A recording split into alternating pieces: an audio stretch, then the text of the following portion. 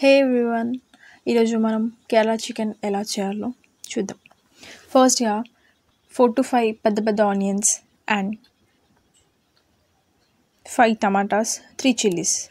And ఇప్పుడైతే మనకి main ఒక కోకోనట్ తీసుకోవాలి. అది తీసుకొని మంచిగా గ్రైండ్ చేసుకోవాలి, మంచిగా పేస్ట్లా చేసుకోవాలి అది.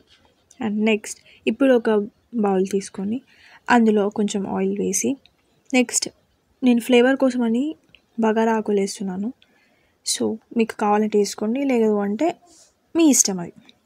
అండ్ ఇందాక మనం కట్ చేసుకున్న ఆనియన్, చిల్లీ, టమాటాస్ అవి మనం ఫ్రై చేసుకోవాలి.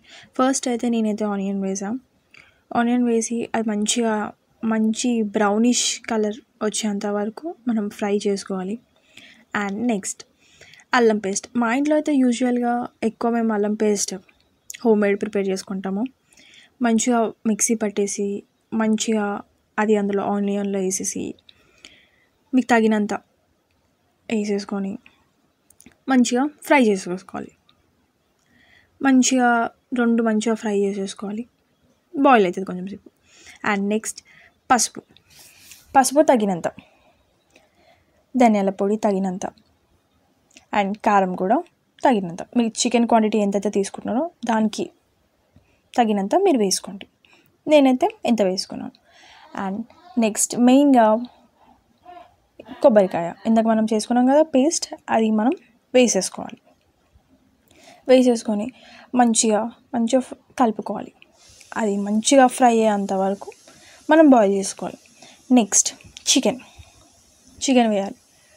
చికెన్ వేసి మంచిగా చికెన్ అంతా బాయిల్ అయ్యేటట్టు చూసుకోవాలి. ఒక 10 minutes పెట్టేసి ఇలా బాయిల్ అయిపోతుంది. చూడడానికి ఎలా ఎంత యమ్మీ స్మెల్ అయితే అదిరిపోతుంది.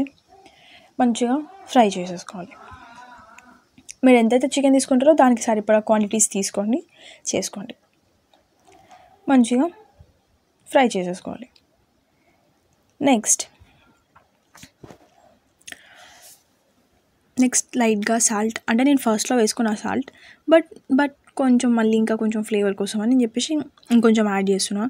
అండ్ పైన నుంచి టమాటాలు కూడా యాడ్ చేస్తున్నాను. అది కూడా కొంచెం ఫ్లేవర్ కోసం యాడ్ చేస్తున్నాను. మీకు కావాలి అనుకుంటే యాడ్ చేసుకోండి, లేదు అనుకుంటే మీ ఇష్టం.